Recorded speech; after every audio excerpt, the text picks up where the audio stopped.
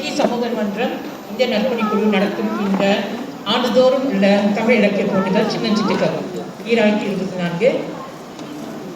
இந்த நிகழ்ச்சிக்கு எல்லோரும் வந்திருந்ததற்கு மிகவும் மகிழ்ச்சி. இந்த ஆண்டு நாம் பேச்சு வழி உள்ள போட்டிகளை மட்டும் நடத்துகிறோம்.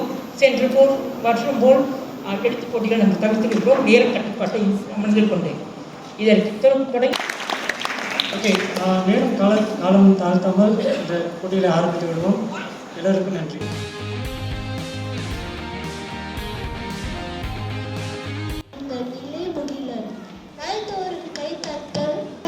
என் பெயர் மீனா. நான் ஆண்டர்சன் தொடக்க பள்ளியில் படிக்கிறேன். என் கதையின் தலைப்பு முயற்சியுடையார் இகழ்ச்சியடையார்.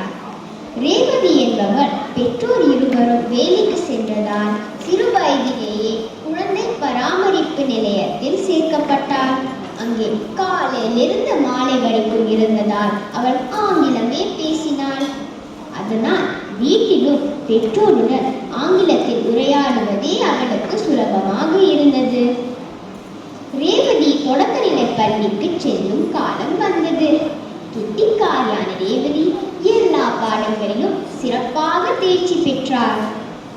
1, 2 என்று அடுத்தடுத்து அவள் 4ஆம் வகுப்பில் படிக்க ஆரம்பித்தார். அப்போது எல்லா பாடங்களிலும் நல்ல மதிப்பெண்கள் பெற்ற ரேவதி தமிழ் மட்டும் சற்று பின்தங்கி இருப்பதை உணர்ந்தாள்.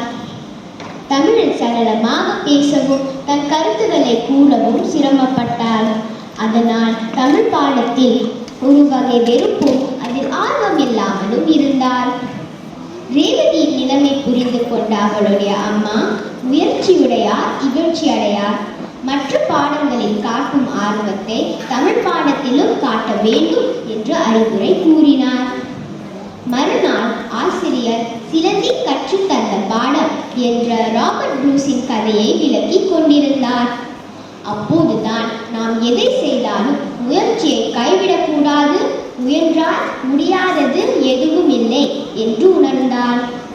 அப்போது அதுவா விழுந்தே அதுவா எழுந்தே குழந்தை நடை பழகுதே, மனதால் உணர்ந்தே உடலை விரித்தே பறவை திசை அமைக்குதே என்ற பாடல் வரிகள் அவள் நினைவுக்கு வந்தன.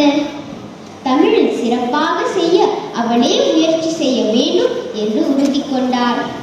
அன்று முதல் ரேவதி பெற்றோரிடம் தமிழிலேயே பேசத் தொடங்கினார். தமிழ் கதை புத்தகங்கள், சுட்டிமயில் சஞ்சிகை, மாணவர் முரசு போன்றவற்றை படித்ததோடு அவள் தமிழில் பாட்டு பாடவும் ஆரம்பித்தாள். நாளடைவில் அவளுடைய சொல்வளம் பெருகியதோடு தமிழில் சரளமாக பேசவும் தன் கருத்துக்களை கூறவும் அவளுக்கு தன்னம்பிக்கை ஏற்பட்டது.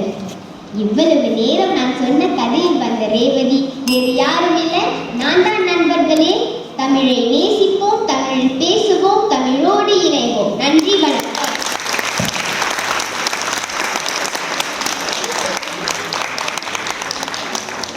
அடுத்த கதை சொல்லி நம்மை மகிழ்விக்கவிருப்பவர் அகமது தொடக்கப்பள்ளியை சேர்ந்த அருள் கார்த்திகேயன். இவரை நாம் வரவேற்போமாக.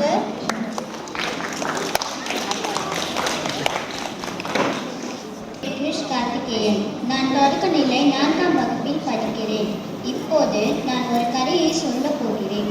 ஊரில் ஒரு வியாபாரி வாழ்ந்து வந்தார். ஒரு நாள் அவர் சந்தையில் நிறைய பொருட்களை வாங்கி கொண்டு மாட்டு வண்டியில் வீடு திரும்பிக் கொண்டிருந்தார்.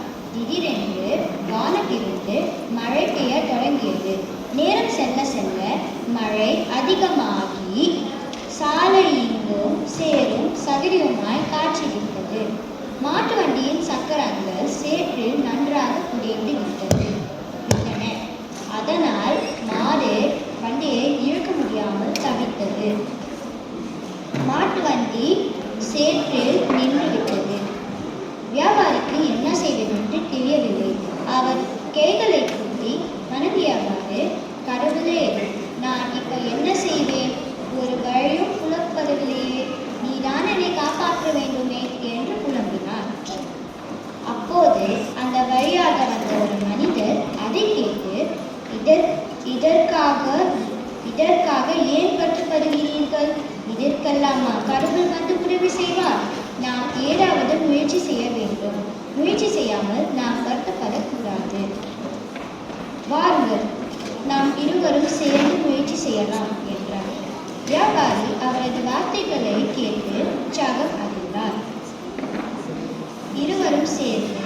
சக்கரங்கள் சேற்றிலிருந்து வெளியே எடுக்க முயற்சி செய்தார்கள்.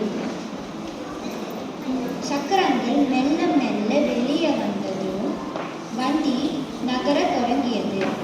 வியாபாரி அந்த மனிதரிடம், நான் உங்களுடைய உதவியையும் அறிவுரையையும் மறக்க மாட்டேன், மிக்க நன்றி என்று கூறிவிட்டு மகிழ்ச்சியுடன் வீடு திரும்பினார்.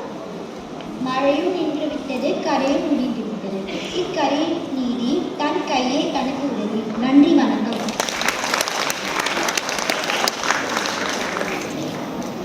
அடுத்ததாக கதை சொல்ல வருபவர் CHIJ Our Lady of Good Counsel தொடக்கப்பள்ளியை சார்ந்த லாவண்யா புவனேஸ்வரன். வரவேற்போம் லாவண்யாவே.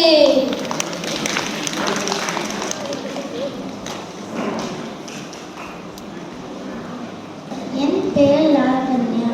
நான் CHIJ Our Lady of Good Counsel பள்ளியிலிருந்து வருகிறேன். இன்று நான் ஒரு கதை சொல்ல போகிறேன். கதையின் தலைப்பு ஒற்றுமையே பலம். ஒரு காட்டில் விலங்குகளும் மரங்களும் ஒன்றாக வாழ்ந்து வந்தன. ஒரு நாள் அவை இரு தரப்பினரும் தாங்கள் தான் இந்த காட்டில் உயர்ந்தவர்கள் என சண்டை போட்டுக் கொண்டனர். ஒரு வயதான மரமும் ஒரு வயதான சிங்கமும், எங்கள் அறிகுறியை கேளுங்கள், நீங்கள் இருவரும் முக்கியம், ஒருவருக்கு ஒருவர் சண்டை போடாதீர்கள். ஆனால் விலங்குகளும் மரங்களும் அவர்களின் அறிகுறியை கேட்கவில்லை. நாங்கள் கூட்டமாக நெருக்கமாக இருப்பதால் வேட்டைக்காரர்கள் உங்களை கண்டுபிடிக்க முடியவில்லை என்று ஆர்வத்துடன் மரங்கள் கூறின. அடா, என்ன ஆனந்தம்! இங்கே வேட்டர்கள் எங்களை பார்த்து பயந்து தங்களை யாரும் வேட்ட வருவதில்லை என்று கோபமாக விலங்குகள் கூறின. உங்களுக்கு எங்கள் உதவி இல்லாமல் நீங்கள் எப்படி வாழ்வீர்கள் என்று பார்க்கலாம் என்று எண்ணத்துடன் மரங்கள் கூறின. சண்டை பெரிதாகி விலங்குகள் அனைவரும் காட்டை விட்டு சென்றன. அவை ஒரு பாலைவனத்தில் போய் சேர்ந்தன. பாலைவனத்தில் வெயில் மிகவும் அதிகமாக இருந்ததால் விலங்குகள் தடுத்தன. அவற்றில் மரங்கள் இல்லாததால் வேட்டைக்காரர்கள் பல விலங்குகளை வேட்டையாடி கொண்டனர்.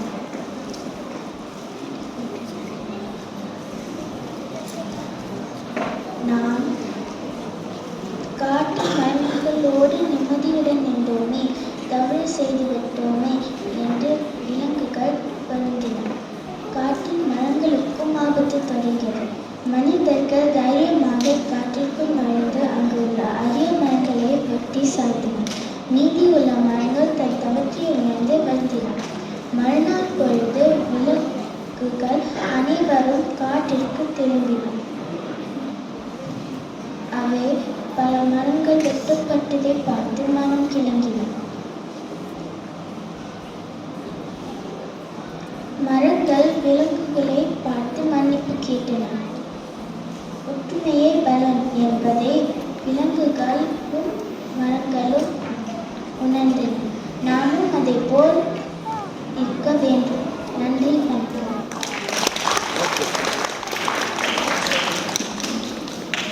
அடுத்த கதையை சொல்ல தயாராக இருப்பவர் ஜீஷான் தொடக்கப்பள்ளியை சேர்ந்த சதீஷ்குமார் விஸ்வஜித்.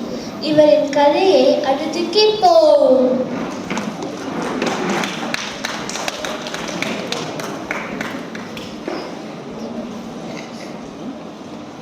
வணக்கம், என் பேர் விஸ்வஜித். இன்னைக்கு நான் ஒரு குட்டி கதை சொல்ல போகிறேன். எல்லாரும் கவனமாக கேளுங்கள். அப்பாடா, எனக்கு ரொம்ப களைப்பா இருக்கு என்று கூறியபடி முயல் ஒரு தென்னை மரத்துக்கு கீழே படுத்து உறங்கியது. டம் என்ற சத்தத்தை கேட்டு முயல் திடுக்கிட்டு எழுந்தது. அது பயந்து, ஐயோ, உலக மழை போகிறது, எல்லாரும் ஓடுங்கள் என்று தொண்டை கீழே கத்தியது. அதை கேட்ட யானை, நரி, கரடி, மான் ஆகியவை அங்கும் இங்கும் ஓடின. உலகம் மழை போகிறது என விலங்குகள் அலறியபடி ஓடின. கடைசியில் எல்லா மிருகங்களும் சிங்கத்தின் குகை முன்னால் வந்தன. அங்கே வெளியே வந்த சிங்கம், ஏன் கத்துகிறீர்கள் என கர்ஜித்தது. முயல் நடுக்கத்துடன், நான் தூங்கும்போது ஒரு பெரும் சத்தம் கேட்டேன் என்றது. அப்படியா, வாங்க நாம் முயல் தூங்கிய இடத்துக்கு போய் பார்க்கலாம். சிங்கமும் மற்ற விலங்குகளும் முயல் தூங்கிய இடத்துக்கு சென்றன. அப்போது திடீரென்று தென்னை மரத்திலிருந்து ஒரு காய்ந்த தேங்காய் கீழே விழுந்தது. அப்போது முயல் அதை கேட்டு, ஐயோ, முயல் மழை போகிறது என்று கத்தியது. இதை கேட்டு நீ பயந்தாயா? தேங்காய் கீழே விழுந்ததை தவறாக எண்ணி மறந்தையை கட்டியிருக்கிறாயா? இனி இவ்வாறு செய்யக்கூடாது என்று சிங்கம் முயலை கண்டித்தது. முயல் வெட்டி தலை குனிந்தது. மற்ற விலங்குகள் தங்கள் முட்டாள்தனத்தை நினைத்து தலை குனிந்தன. கண்ணால் காண்பதும் போய், காதால் கேட்பதும் போய், அதை தீர விசாரிப்பதை மேல். இந்த பொன்மொழியை நாம் எப்பொழுதும் கடைபிடிக்க வேண்டும். நன்றி, வணக்கம்.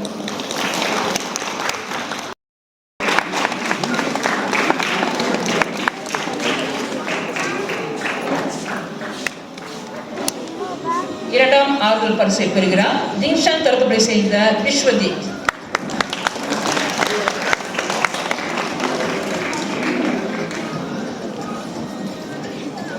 அடுத்து ஐந்தாம் நிலையில் வருபவர் சிங்ஹா தொடர்புடைய செய்த கவின் பாலாஜி.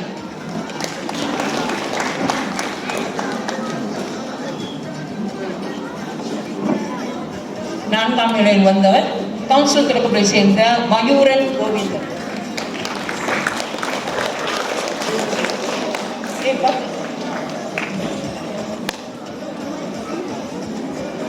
மூன்றாம் நிலையில் வந்து பரிசை பெறுகிறார் CHIJ சேர்ந்த லாவண்யா.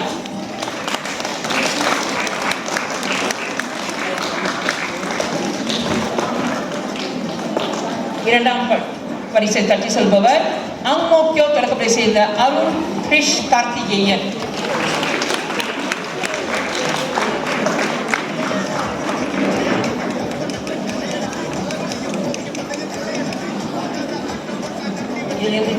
முதல் பரிசை தட்டி செல்பவர் ஆண்டர்சன் தொடர்புடைய சேர்ந்த நீலா முகிலன்.